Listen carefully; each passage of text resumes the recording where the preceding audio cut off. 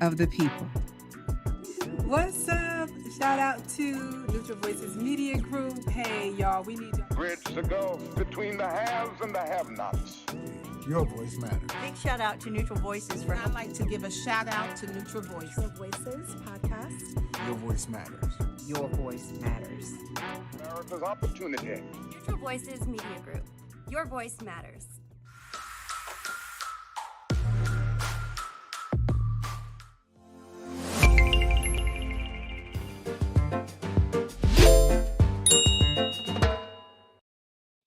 Welcome to Voice of the People, presented by Our Neutral Voices. And we have a voice in here today that we're going to get you acquainted with. They're going to be our guests on one Thursday a month. But before we get started in our conversation, we're going to ask you to please bow your heads and pray with us. Dear Heavenly Father, we just come thanking you for this day. We thank you right now for this moment in time, dear Heavenly Father, that we reach out to your people. Let some words be said that can touch hearts and change minds. Bless our guests on the panel and bless those that are behind the scenes, that we can continue to work to better our community in your will and in your way. We ask these things in your son, Jesus' name, we pray. Amen. Amen. We have Mr. Phil Gibson. I'm going to let him introduce himself formally and tell us about your position with Building Kings. Good afternoon. I'm Phil Gibson. I'm the program coordinator with the Building Kings Mentoring Group. My job is structurally to keep the program going. I'm in charge of reaching out to other programs to try to get some coordination going for the kids or the young men. I like to call them young men, not kids. And also to make sure that we are on focus of the task that we have at hand. All right. Now, last time we had his name slipping my mind. Reed. Mr. Reed. We had Mr. Reed here, and he gave a great interview. He had a couple of guests with him, and he did mention at the time that Building Kings was restructuring some things, looking at some things different. So between that time and now, what is some of the restructuring and what's different with Building Kings today? Some of the things are different. We are now primarily based in the Boys and Girls Club. Okay. We've had some very good meetings with Joe Jordan over there, and he has, without a doubt, stepped in and offered everything he can to help us structure. He feels very confident in what we're offering the young men, and he wants to support it as much as possible. Oh, that's good. That's good.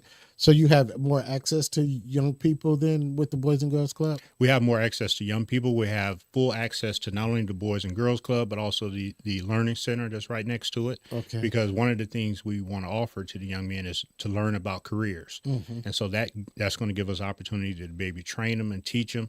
He's also helping us structure ourselves a little bit better so that we can be able to reach out to others and show them exactly what we're doing. And it's not just a bunch of guys volunteering their time. Okay, that's good. That's big steps from where you... Now, what year is Building Kings in? Formally, it's in its third year. Reed and Brandon started the program about 3 years ago, and it was just them, and they got up to maybe about 10 young men. They ran into some problems just because it's just two guys volunteering their time. We started over again this year in January and have been going strong since. That's good. Now, you said where you were and what's going on. What is your reach like? What does it look like for people in Building Kings? And have you grown? Are you still growing? Are you accepting more young men? What is that like right now with Building Kings? So right now we have over 100 young men enrolled in the program. 100? Yes, over 100. That's good. From what age range?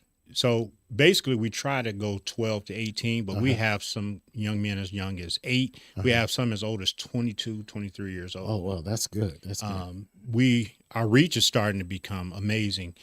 Fort Wayne Community Schools has been reaching out to us, so now we're starting to go into all of the schools once a week into one or two of the different schools. They're constantly adding on, so we're trying to figure out how to be there for them. We have different programs that are starting to reach out to us.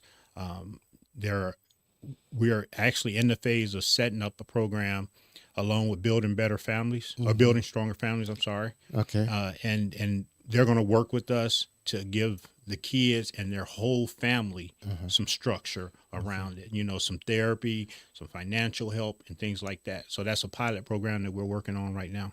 Oh, so y'all been busy. Oh, yes. This is not a plaything for y'all. No, not at all. Yeah, I commend you all. I see the good work that you guys are doing, and I see you all posting every time y'all have events. Y'all have been having a lot of events, a lot of meetings. Tell me about those.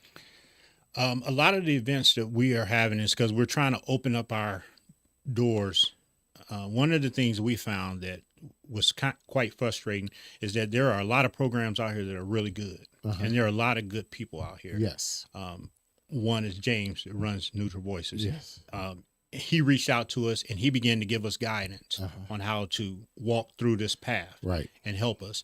And so what we're doing is we really want to focus on giving the families a whole center, a whole home. Yes. You know, it should be a Rolodex. Right. When a young man comes to us and we're helping him, we're dealing with him for 2, 4, maybe 6 hours a week.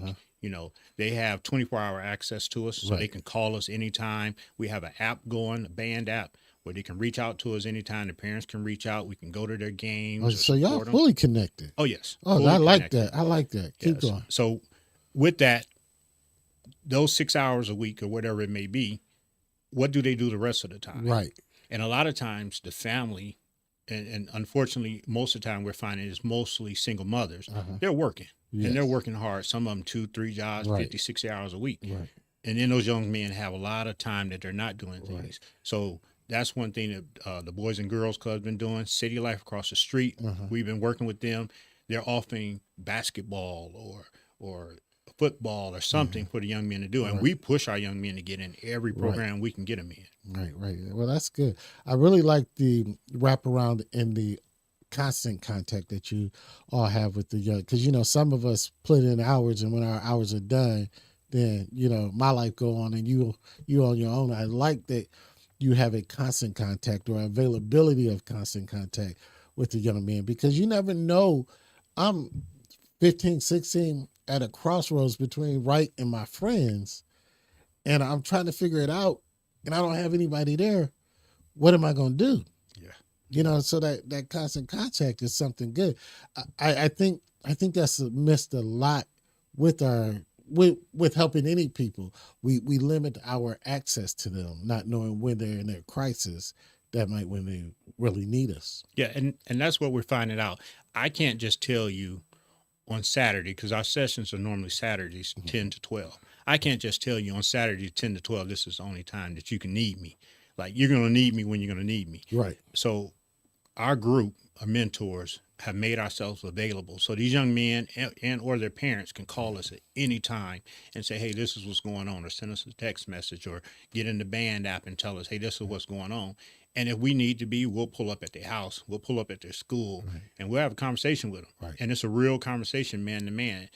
Or in some circumstances, because of how we're building the young men, or trying to build these young men, when they go to school, we have kids at that school or young men at that school.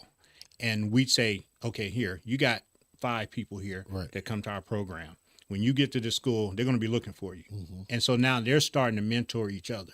That's good. And now you make it easy to do the right thing when you got a bunch of people around you. And I would commend Mr. Reed when he brought, and I wish I could remember this young man, but he sat in that end chair. Probably Connor. Yeah, it was Reed's son, and then it's this young man. He goes to Wayne, plays football. Yes. The way that young man spoke, and the way he spoke about building kings, about being a leadership, and how he looks out for his fellow people, that was amazing. So I do know that that's part of your, and it's working, because he gave you all a testimony right there, but just saying how you guys do that. But without saying any names or any situation, have you had situations where you had to be that rescue? Have you had to get up out your bed or something like that? Any of you? I'm just, without names or situations.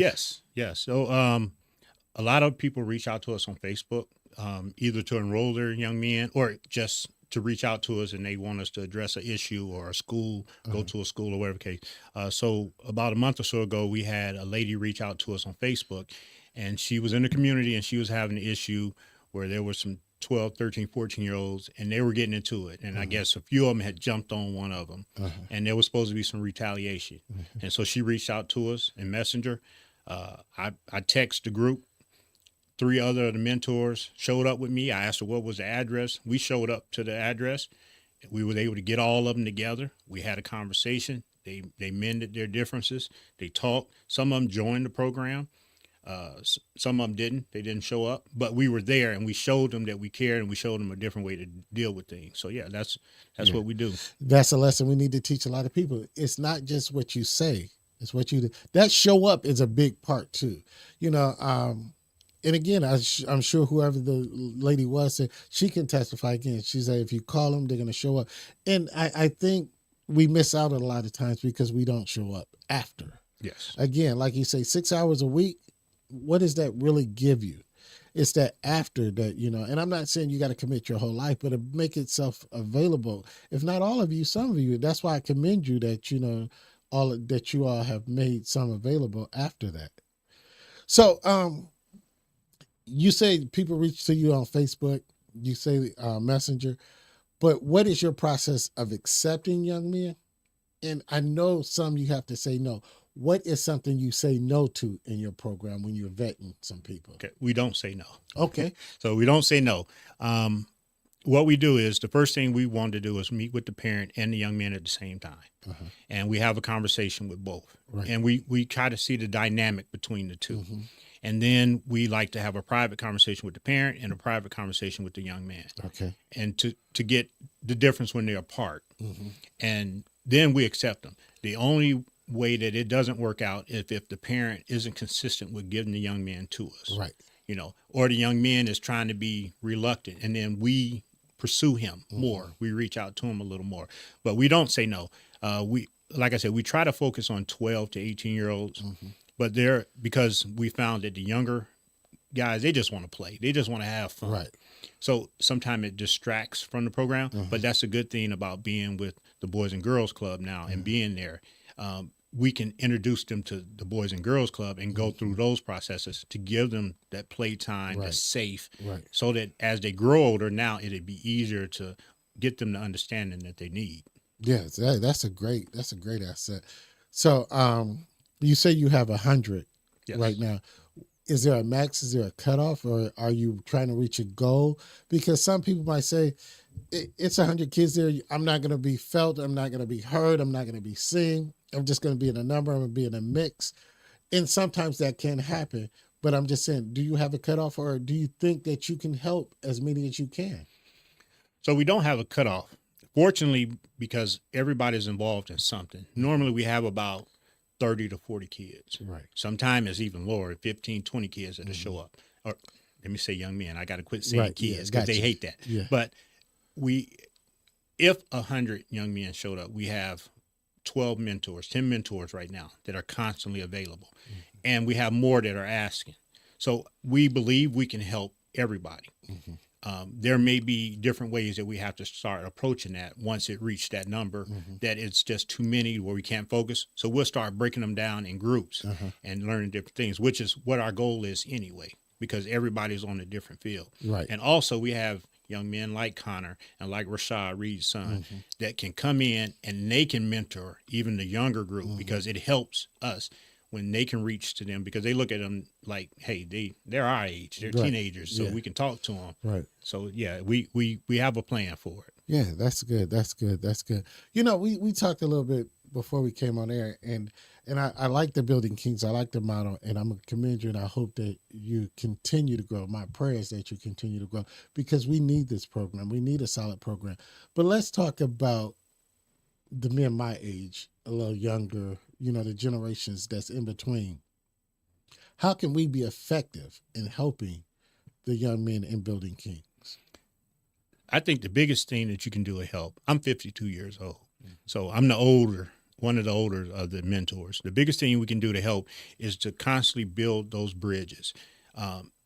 Coming in as a 52-year-old trying to talk to a 13, 14-year-old, they're like, yeah, old man, go have a seat. Right, I got you. But I can talk more to Reed, and Reed's in his 30s. So it's easier for Reed to talk to the ones in their 20s and younger. And what we do is just keep trickling down that knowledge. And it's not like we're pushing it on them. It's more of a, how can I help you? How can I bring out what's already in you?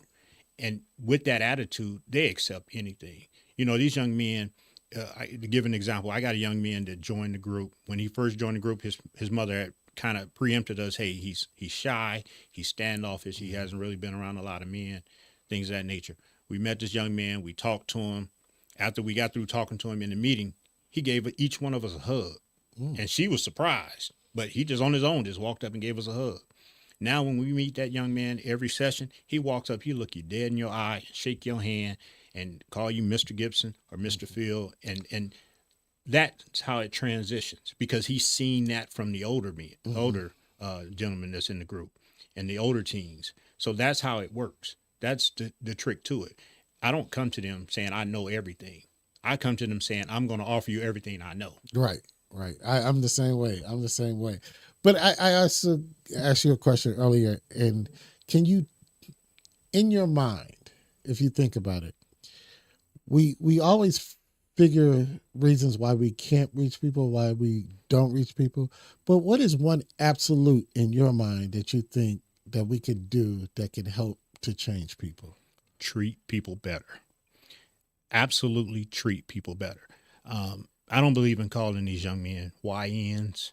I don't believe in using the N word towards them. Right. I believe what you feed them is what they're going to become. There's a famous guy that gave a test, and what he did is he took water and he froze the water. So he did it in each one of them. The first one he yelled at and just gave it all the anger he can give. The second one he did nothing to. That was his study. And then the third one he gave it love, talked to it, and then he froze it. And then they analyzed the crystals in it. The crystals in the one that he yelled at all the time was very fragile. That ice was easy to break. The one that he loved froze the hardest because the crystals enveloped that love. And this is a research. You can go out and check the ice research of philosophy. But we believe that in Building Kings is the same way towards these young men. What we give them is what we're going to change. And so if even just I can walk up and say, hey, man, how you doing today? And mean it. Right. Not in passing, how you doing? Right. But mean it and stop and listen. That changes a person. And I do that for you, and you do that for me, and we do that for people as we meet. Now you're treating people different. Yes. And I agree with that. But I think one of the things, and one absolute, is we got to be open. We got to be transparent. And too many of us that have overcome don't like to tell people how we overcame. Yes. You know, we sit and we talk, and it's been years, you know, I've seen people ask somebody, how did you get where you are? Oh, I just worked hard. I hustled. Okay, but you're not telling me anything. Yeah, I got out there and I got mine. Okay, but you're not telling me anything. You know, so I think we need to set roadmaps. You know, if we as a culture die with a lot of secrets that we don't need to die with. We don't want to pass down recipes. We don't want to do any of that. We die with those secrets. But I think if we open up and give roadmaps, it'll be a lot easier, you know, because I went down there and realized that was a dead end. Why would I let somebody else go down that road and be a dead end? But I keep quiet. Oh, he got to learn just like I learned. No, he doesn't. You learn the lesson. Prevent him from having to go through that. Yeah, I agree with that 100%. I think what end up happening is a lot of gatekeeping goes on, and you hold that knowledge because sometimes it's afraid that that's going to take away from you if you share it, and sometimes it's because you feel like they're going to do better than you with the knowledge that you give them that you may have to struggle to get. That's one thing we talk about as mentors. Like, we spend a lot of time talking to each other as men, and we help each other, and we hang out so that we can build a bond to truly understand each other. And with that, we pass knowledge to each other. This is how I did this. This is the roadmap. Because all too often, people sell that knowledge. The ones that don't want to give it away, they want to sell it. And sometimes when you sell it, it's not really the knowledge. It's just selling you something to get you to give them money. Right. You know, so it becomes disingenuous. Yes. So that's a big problem that we have. Yeah, and I like what you just said. So you mentor mentors. Oh, yes. We mentor each other all the time. Tell us about that part. We talk about life. We talk about our feelings. We share our feelings, which is an unusual thing for grown men to do. Yes. We sit down and we really talk about our feelings. We're upset. We're afraid. We have fear. If we're dealing with problems, we work it through each other. And a lot of times I've found that the answer is already in you. Right. But talking to someone else and hearing it gives you the opportunity to get a little feedback to know, okay, yeah, this is the answer. Right. This is how I can address that. And by doing that, the bond builds. Right. And so we hold each other accountable. Yes. If I do something or say something that's not to standard to what Building Kings is about, you're right. Any one of the mentors or even the mentees can say to me, well, Mr. Phil, you said such and such, or you did such and such. And I thought you said that's not what we're supposed to do. And you know what I have to do? I have to accept it. We have a circle in our sessions. Mm-hmm. We stand up and we hold each other accountable. Mm-hmm. And if I did something bad during the week, I stand up in that circle and I explain what I did, why I did it. Right. And I even allow the young men to give me feedback of what I should have done different. Yeah. Yeah. So you're all around Building Kings, not only the young kings, but the kings that are helping Building Kings. That's amazing within itself, because as you say, sometimes I want to be a part of something, but I just want to bring me. You know, I don't want you to tell me how to do me. Right. But you can't build something on a shaky foundation. So if I'm not together, I can't teach these young people how to build themselves up. If I don't have my mentor together, I can't teach these people how to build. So I commend you all for sharpening the ones that are supposed to be sharpening the youth. Yeah. And it's not, we haven't came up with nothing new. Right. This is fundamentally the foundation of how life is supposed to be. It takes a village. Yes. And in that village, iron sharpens iron. Yes, sir. And if, as a man, I can't accept the criticism or the opinions of the other men around me, what kind of man can I really be? Yeah. Well, and I want to ask, because in reality, and because you said we got to be the image in which these young people see, that's going to, let's be honest. I'm not going to say your organization. I know that there's organizations where when I don't feel my agenda or my presence is being valued, you know, I'll just take myself out of that. And it could sometimes be integral parts of what built you. How do Building Kings maintain? Again, I'm not saying your organization, but I know people. Yes. I know people. So if you've lost some integral people or key people, how do you maintain that? Because this young man was close to Mr. John, to Mr. Bill that walked away. Now I'm confused. So how do you keep that camaraderie? How do you keep that close-knit to keep them in the program? So that's one of the key elements of the program. When I joined, I was actually working on a program called HIBA, holding your brother accountable. And so with talking with Reed and Brandon, it was some of the things I wanted to implement in to help the mentors.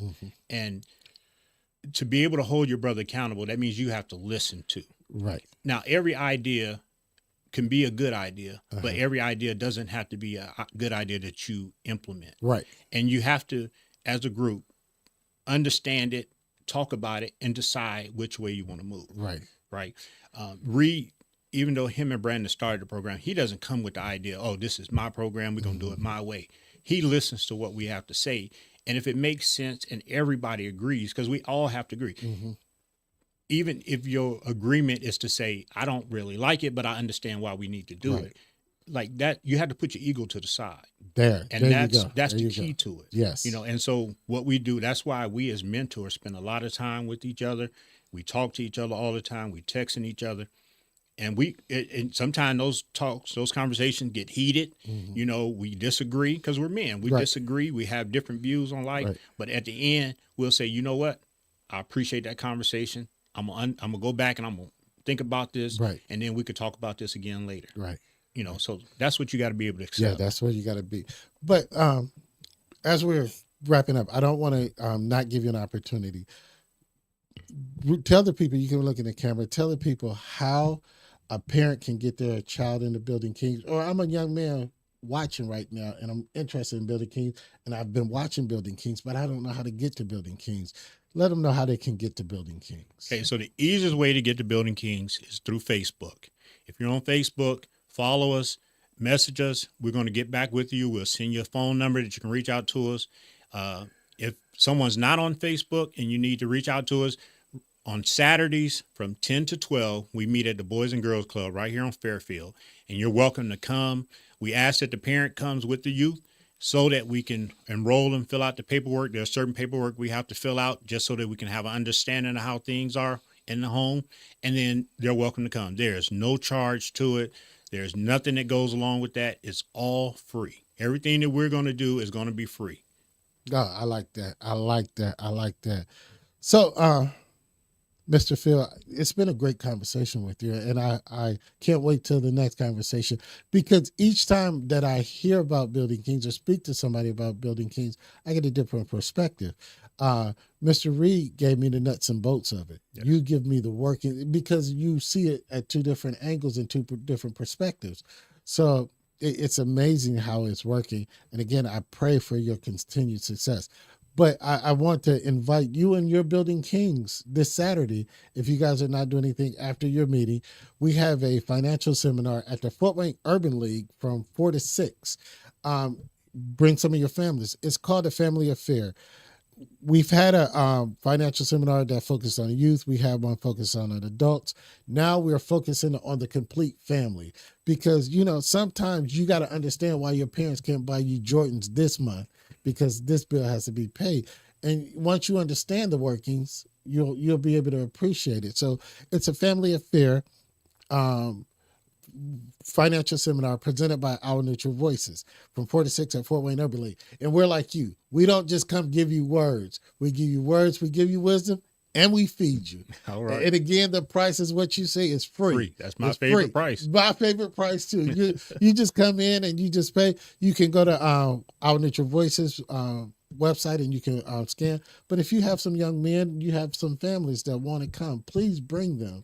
Yeah. Because, and here's a catch. The more times they come, their names get entered in a drawing. And at the last seminar, you know what we give away? 50, it might be 65, a 65-inch television. Oh, okay. All right. Yeah. I love it anyway. We came to the last few programs you guys offer, and the kids loved it. Yes. And you know, if you bring somebody, you get an extra name in there. And I'm going to tell you, you can come to the first one, you can come to the last one. You can be a winner, because the last time, and a lot of people was huffing and puffing, but it was fair. A lady at her very first night there, her name came up in the drawing. She won the TV. So I'm encouraging you to come, put your name in there as many times as you can to get the TV, and we'll feed you and we'll do everything else for you. But Mr. Gibson, give us some parting words that you would like to leave our young people with. Be open to understand. Be open to listen. Have patience with your parents. As parents, we're not going to always get it right, but we're going to do the best we can. Parents, be willing to have patience with your youngsters and open up. Let places like the Building Kings program and other programs that are out there help you. Let's build this village as strong as we can build it. Powerful words. And we got to get back to that village mentality. You know, we've been island mentality for so long. And I don't know if you watched stand-up comedy. Chris Rock did it in one of his comedy skits, and today it sounds more profound. It was funny then, but it sounds more profound. He said that, you know, he loved his black people, but them N-words. I mean, and you got to think about it. And we had a discussion about it, because those N-words, there's so many negative connotations that we feel we got to wear with that word. We got to let that word sometimes go. Yes. You know, definitely need to let it go. Yeah. And like I say, we don't live in hoods anymore, because we don't live in neighborhoods anymore. We just live in hoods because we don't really know our neighbors. No, we don't know our neighbors, and we don't take the time to want to know our neighbors. Yeah. Just leave me alone and I'm good. Mm-hmm. But I remember, you 52, you say? Yes. I'm 53. I'll be 53 in a couple of days. And I remember when our neighbors used to whoop us or tell our mamas that they whooped us. But now, that ain't going. Well, I'm the neighbor, and I'm also the president of my neighborhood. Uh-huh. I talk to the kids, and they know. I catch them getting off the bus, and if they doing something they ain't supposed to be doing, we're gonna have a conversation, and I'm gonna walk you to your house. And the parents in my neighborhood understand that I'm going to come to the door, knock on the door, and I'm going to have a conversation with you about what your kids got going on, because that's the way I was raised. Yes. And you may not like it. I'm not going to put my hands on your kids, because life is different now. Yes, laws are different. But I'm going to make sure. I might show up at your house and put your hands on somebody else's kids. I'm knocking on your door. Yeah, but I'm going to bring the kid to your house, and I'm going to show you I care. And I do it both ways. Sometimes I catch the kids walking by and I have popsicles for them. So they know me as Mr. Phil, and they're okay with when I tell them, hey, you know you ain't supposed to be doing that. Right. So, yeah. Well, again, I look forward to the next conversation with Building Kings. It could be you. It could be Mr. Reader. Y'all can bring some guests because we want to continue to support you and all of you in your vision. We thank you all for joining us as we talk with Mr. Phil Gibson of Building Kings. Again, this Saturday at Fort Wayne Urban League from 4 to 6, a family affair financial seminar. Come out, get fed knowledge, and get fed physically. And also put your name in to win a 65-inch TV. Can't beat that. And the price, again, is free. But as we always say before we leave our people, always protect your mind. A podcast by Neutral Voices Media Group. Voice of the people. What's up? Shout out to Neutral Voices Media Group. Hey, y'all, we need to Bridge the gulf between the haves and the have-nots. Your voice matters. Big shout out to Neutral Voices for I'd like to give a shout out to Neutral Voices. Neutral Voices podcast. Your voice matters. Your voice matters. America's opportunity. Neutral Voices Media Group. Your voice matters.